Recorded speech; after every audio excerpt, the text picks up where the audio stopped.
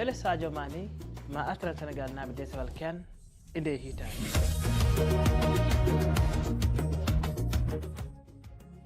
Sadio Mané jibina ko ñande sappo lewru nayi ɓuru hitande ujunere temedde jeenayyi e capanɗe jeenayyi e ɗiɗi to Bambali worgo leydi Sénégal.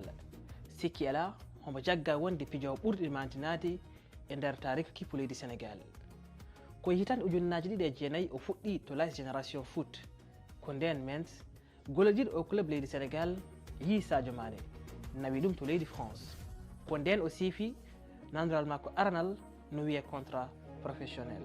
Ko caggal ɗum o yehi to Salzbourg nokkuɗo waɗi golle payodinde o nawi championnat Autriche e kuppo gendijo picciteɗo e nder ndin ɗon leydi. Sadio Mané haɗani ɗon o holliri hoore mum to Salzbourg, to Southampton FC, to leydi Angleterre ina wiye Premier League.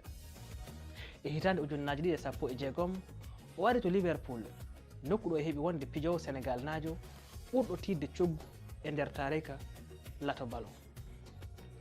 E nder Liverpool tan o yehi timmode Ligue des Champions e hitande ujunnaji ɗiɗi e sappo e jeetati o nawi ɗum e hitande ujunnaji ɗiɗi e sappo e jeenayyi o nawi Super Coupe UEFA e nden ɗon hitande o nawi Coupe du Monde des clubs FIFA e nden hitande ujunnaji ɗiɗi e sappo e jeenayyi. ɗum rokki Sadio Mané fartange wonde pijowo keɓtinaɗo e nder Afrique o nawi balore kanŋe aranere e hitande ujunnaji ɗiɗi e sappo e jeenayyi o rutti o nawi championnat Angleterre e hitande ujunnaji ɗiɗi e nogas. Joni noon garten e kippu Sénégal. E nder kippu Sénégal inde Sadio Mané naati e tarika o ari yew kippu ko hitande ujunnaji ɗiɗi e sappo e ɗiɗi o tawtorama fijoji Jeux olympiques e nden hitande wotere. Sadio Mané tawtorama CAN fodde laabi jeegom.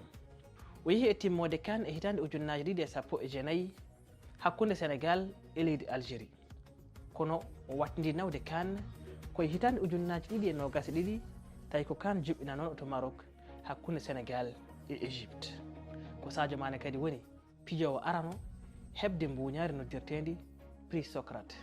ɗum ko sabu golle e pellitte makko ɗe o jogii faade e rendo ngo ina wiye engagement social.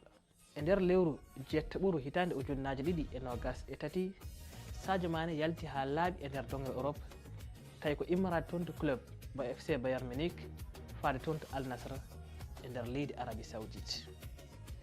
ñanden noon e jaltugol mum cakkitingol ko yewti e o CAN hitande ujunnaji ɗiɗi e nogas e joyyi Sadio Mané wi ina wawi nde ɗo timmode wona timmode mum wattidinde e CAN e nder kippu leydi Sénégal. Ko holno jirɗon ɗum?